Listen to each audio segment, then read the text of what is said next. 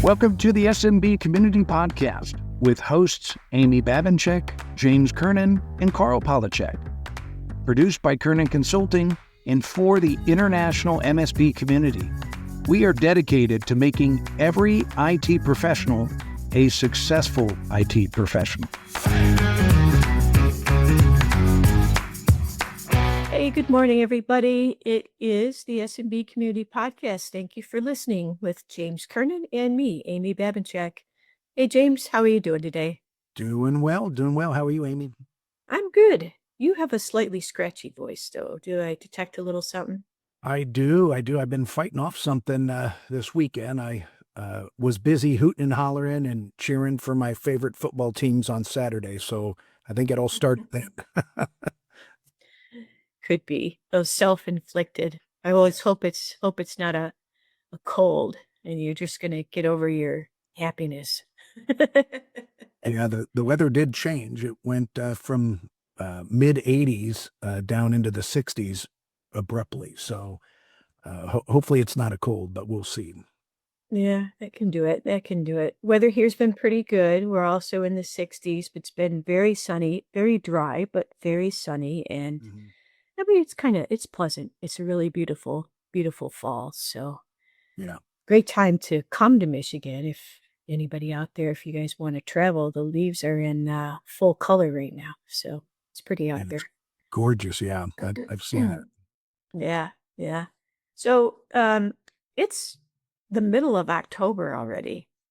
I mean, like October, we went from September to the middle of October before I even noticed that the first 2 weeks of October have already passed. It blows my mind sometimes how fast things can sneak up on you, and the end of the year is sneaking up on us. Yep. And the question that we have this week is, what can I do to finish the year strong? So, James, what do you think people should be doing to make sure that they finish the year strong? There is a temptation to take a lot of days off and kind of lay back, and your customers are going to be taking a lot of days off, but there can be opportunity in that and still things to do. What do you think? Exactly. Yeah. Yeah. Normally when I hear that question, it's sales related. Like, how can I finish strong and make some extra money and hit our goals, hit the numbers. So I'd always recommend there were always a few simple email campaigns that you could send out just to remind everybody. We're right in the middle of the Microsoft end of life for Windows 10. I think you should continue to market that to to prospects. Hopefully all your customers have already been addressed by now. But that's something, educate those prospects that you can upgrade that equipment. That's an easy sale. Secondly, if you have any kind of inventory on hand, get rid of it. And I always call it a scratch and dent sale or a open box sale. Just whatever inventory you have in-house, just get rid of it at whatever bargain basement price that you can.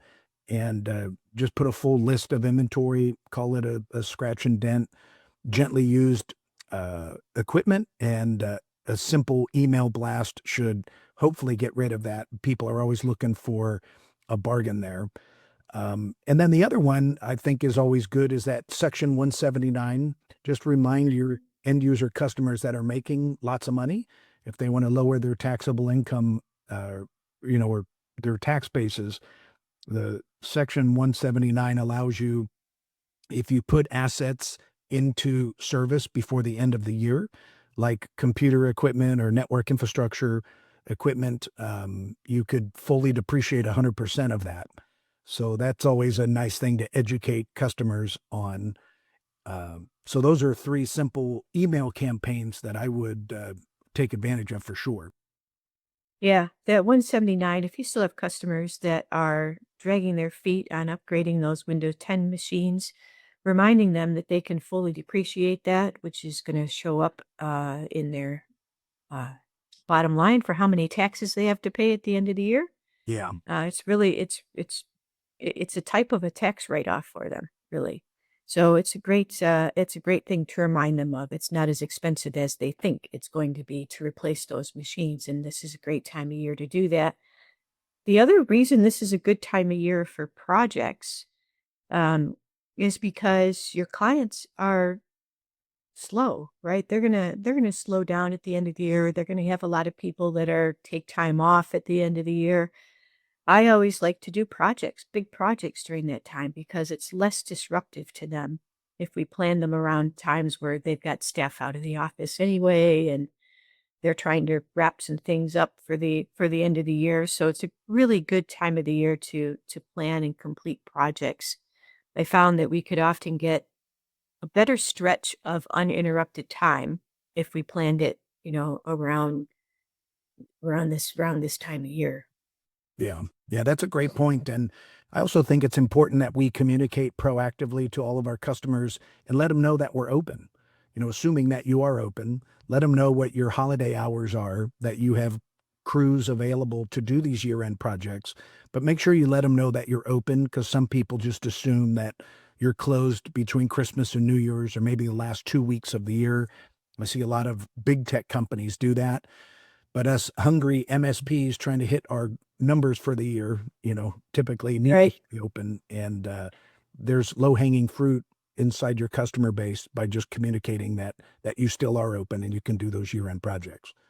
Yeah, yeah. I used to plan those very disruptive projects, equipment upgrades, server upgrades, office moves, wiring projects for these extended downtimes. That week between Christmas and New Year, it's like a ghost town in your clients. You can really get in there and make a mess Right. and not disturb anybody, right? And then it's all better when they come back and it's new and upgraded and they're happy. Um, and many years, my team worked on Thanksgiving weekend for that same reason. If we had big server projects, rack replacements, any kind of big hardware thing going on, that Thanksgiving weekend was one that my staff didn't mind working. We'd make it kind of fun because we'd be in there, usually when the businesses weren't there. We'd order Yeah. pizza, we dress in jeans, whatever, show up. We're Relax. gonna do Yeah. this project, bring out some pizza, we're gonna get it done. If they didn't have a whole lot of family things going on or weren't hitting those Black Friday sales, they were more than willing to come in and do a fun project with the team over that weekend. And we did that quite a lot. So don't assume your team doesn't want to work on these holidays that aren't actually the day of the holiday. They might be willing to come in and help you out. Yeah. Exactly. No, good point. Yeah. So let's talk about the news. We got a fun one to start it. And this is because Jay McBain, who most of you should know, and if you don't follow him on LinkedIn, you really should do so Yeah. because he's a great source of information, a great futurist in our industry, letting you know what's happening today and what he thinks is going to happen tomorrow. And Jay and I have been having a bit of a um, friendly disagreement on where we think the future of robots in the house is going. Um, you know, uh,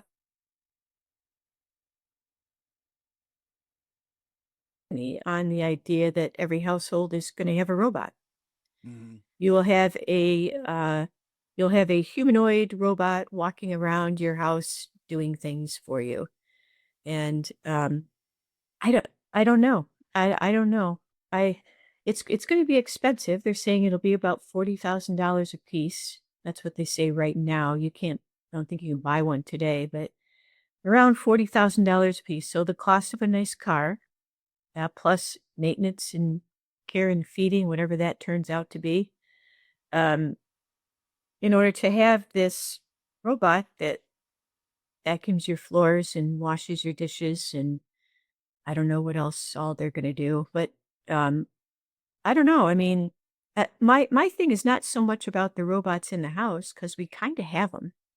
Mhm. We got robot vacuum cleaners, and you can even get a robot lawnmower, and uh, you know, Alexa will answer questions for you and set timers for you and do different tasks.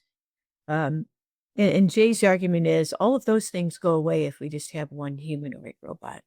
Hmm. And I don't know. What do you think?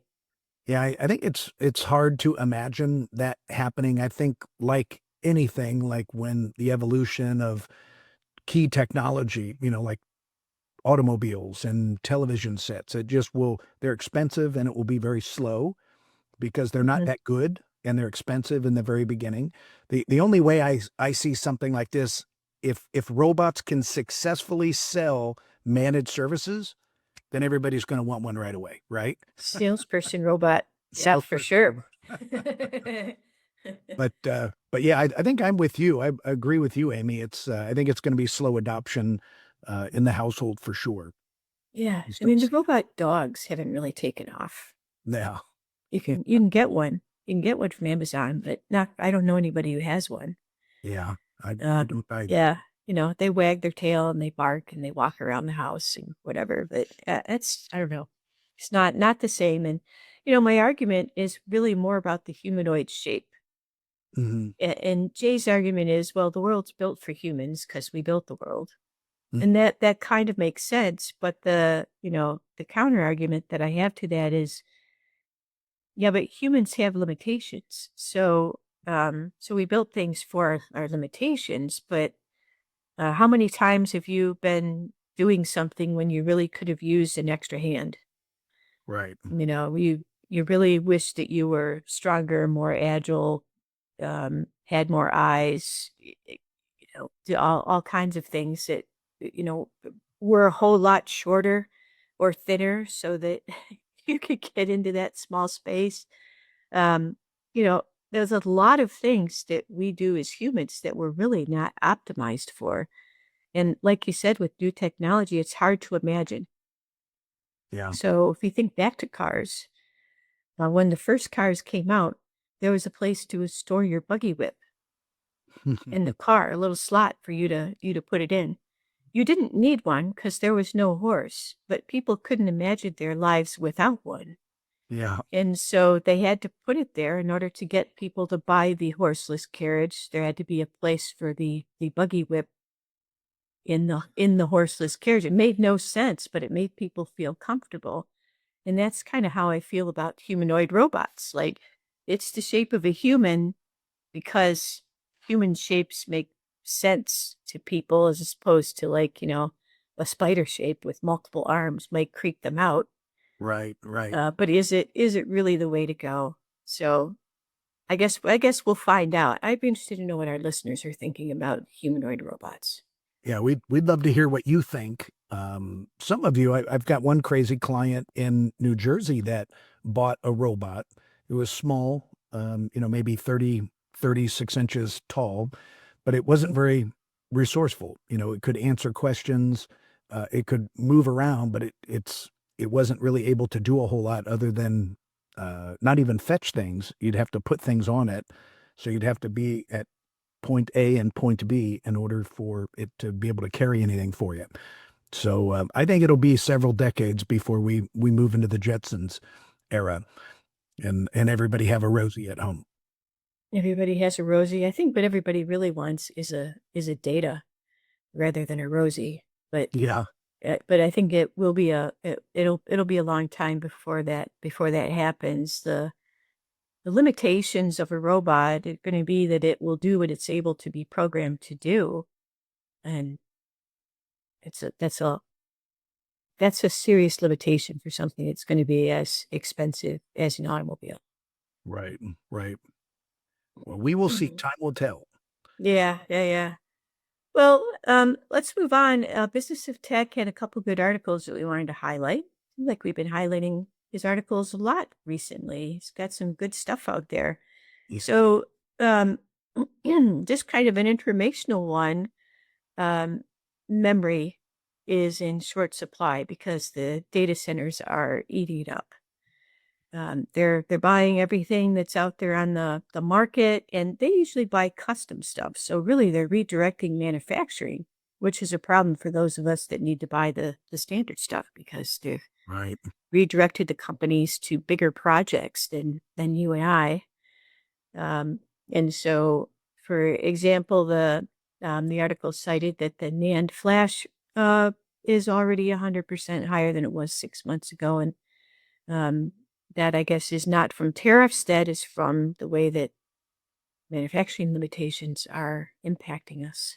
So be on the lookout for that as you purchase machines. Another good thing to tell your clients is the computers are going to get more expensive next year. Yeah. So buy them now. Buy them now. Buy them now, because next year I can guarantee you they're going to be a few $100s more if you don't buy them today. So Exactly. could tie into the first thing that we were talking about. Yeah, that's what jumped out to me. Be a good excuse to talk to them about that year-end project. Yeah.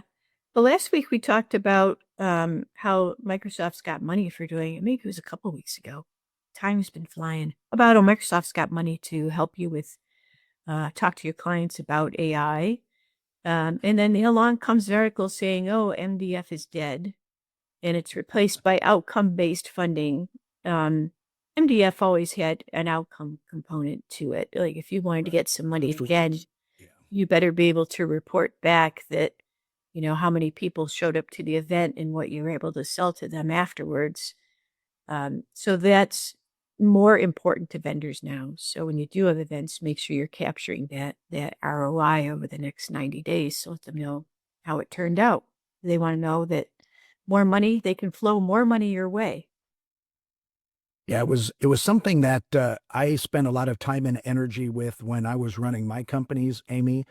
I for only select, and I would only do this with 2 or 3, but with my top partners, I would actually do a strategic business plan with them. And we would talk about, here are the marketing things that we were planning on doing that year. I would solicit funds from them, but I was going to include their products with my services and market that to my database. And we had a pretty strong marketing engine in my company. So it wasn't difficult for me at all to get funding, for trade shows, for speaking events, for email campaigns, a lot of drop-off campaigns, canvassing. We did a lot of things like that. But if you create a plan and then track your ROI and report back after 90 days, that, all sorts of partners would want to partner with you. So that money is still out there. They just now call it outcome-based marketing or funding. But yeah, you have to know the right people to make that happen. Yeah. So you do have to know the people at your vendors who have the money that you can talk to. And how do you get to know them is always the question. And one of the ways you can get to know them is by participating in whatever program they have out there today. So if they say, in Microsoft's example, right, oh, we would like partners to go out and talk about AI and sell Copilot, and Microsoft will write you the presentations and provide all the materials and everything. But when you're doing that, you're talking to their marketing team. Mhm. And as you're talking to their marketing team, you're getting to know them a little bit. They know who you are. And then you can go to them and say, oh, after we get done doing this Copilot project, our next one is going to be whatever it is. And, here's what we're expecting from that. And they will probably not be the person who can fund that, but they'll know who in their department is working on that. And they'll introduce you. They'll send you over there. A lot of times as a small MSP, I found that I was sometimes too small for their funding programs. Like they would have set some bar of millions of dollars or number of customers that we didn't hit, but I didn't let that dissuade me. Yeah. I would go in anyway. And they would say, oh, well, you're a little too small, but we have some leftover funding from this other project that I can redirect because they need to spend their dollars. Yeah. And you might check to see, they might have year-end dollars that they need to spend. If their year-end is not calendar year-end, which it may not be, find out when it is and make sure you hit them up next year about 2 months before their year-end. They'll have some extra dollars that they'll be happy to send your way. Yep. Good point. Good point. Yeah. If you have any questions about marketing and how to work with your strategic partners, reach out to Amy or myself. We'd love to help you. Mm-hmm. James, did you hear anything about DattoCon? Yeah, I heard from a couple customers that were there that it was rather underwhelming. Another big event, lots of promises. Kaseya was touting AI is the future, and here's what we're planning on doing. But I think, speaking for MSPs, we've been hearing that for a year now. And, many people are really struggling how to monetize and how to use AI. And proof's in the pudding. It's like, okay, well, quit talking about it and do something. So that's kind of the feeling that I had gotten from a couple clients of mine that were there. So I was not there, but that's what I kind of heard through the grapevine. Yeah, I'm hearing a lot about AI, yeah, from the big vendors like a Kaseya. The AI is in our products. We're going to do amazing things with AI. You're going to be able to save so much money by using our AI. But nobody's really telling you how to make money with AI. Yeah, but and Um, I charge you more. They want to charge you more because they have more features and products y- now to sell. yeah. And AI is going to end up in all of our applications, and that's all well and good. But you need to be able to translate that into projects for your clients. And I think that's what's missing. That's what's missing from DattoCon and from the other conferences and from the vendors, not just Kaseya, is what do these AI projects actually look like that I can sell to my clients? Yeah, So yeah, important stuff. Um, so um saw an article in LinkedIn this week about how AMD is the new processor darling. Like they're the go-to. They're no longer the redheaded stepchild off to the side who's trying to save a few bucks. So instead of getting that Intel processor, you go with the AMD processor. right. AMD's number one now. I don't know if it's because AMD has become so wonderful or because Intel kind of imploded. Yeah, But probably a little of both. But yeah, I yeah, saw that article too. It was interesting. It was interesting, but good. It just kind of points out, I think, the demand in the marketplace. They're in the yeah, right place at the right time. They've been at it for a long, long time. Over yeah. 3 decades. So they've been out there as long as I can remember. But it's good to see them doing well, and it's probably a good stock to follow. You see what happened to Nvidia and some of the other chip companies. AMD's a good one too. Yeah, I mean, now that Intel isn't really making the chips at scale for every PC in the world, that leaves a huge market available for AMD. Right. And they are absolutely poised to step into that. And they have been stepping into that, for several years now. AMD has been a better choice than I remember that they were in decades previously. So good news for AMD, and I do expect good things from them. Hey, Microsoft 365 went down twice last week, and I didn't notice. Um, Yeah, that's the funny thing. I heard about that too, Amy, but yeah.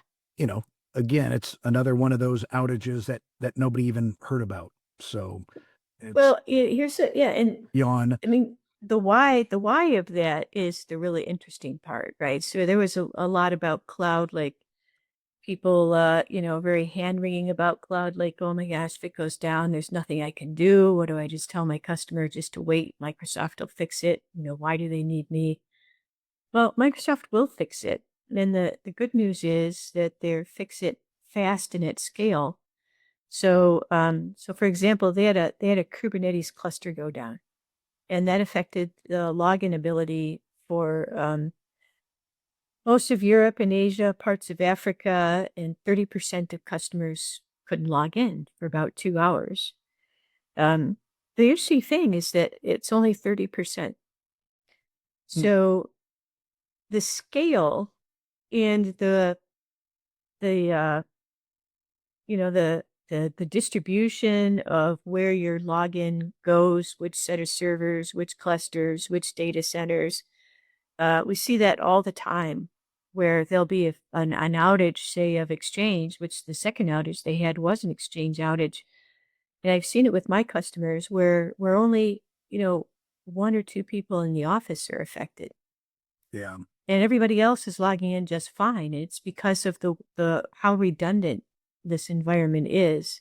Yeah. We no longer have to suffer outages where, the entire company is down. It could happen, I suppose, but Microsoft really does a good job at even from a single tenant to send authentication across in multiple directions so that they're not taking down entire companies during an outage should occur. So bad news, there was a couple of outages. Good news, a lot of people didn't notice.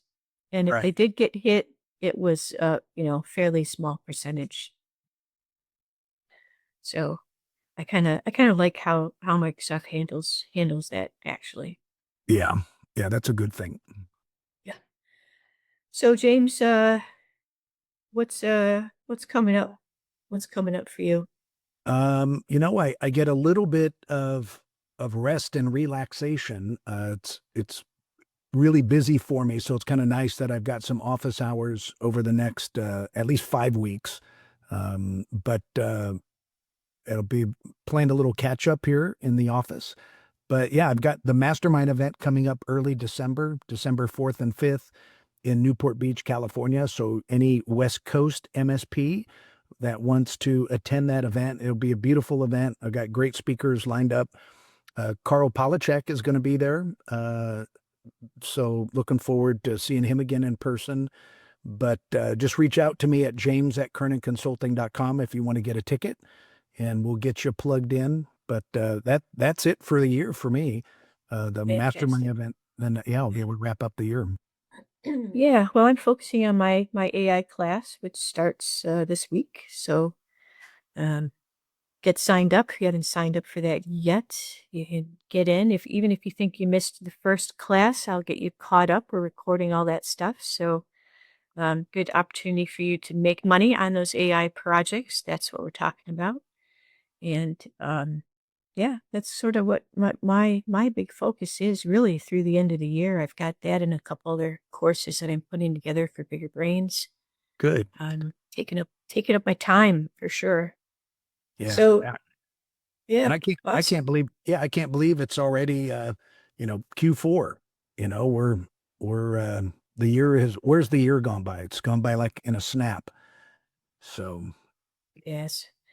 All right, James, the year may be going by in a snap, and the week is going to snap by even faster. So we will see you all next Monday over here at the SMB Community Podcast. Thanks for listening, everybody.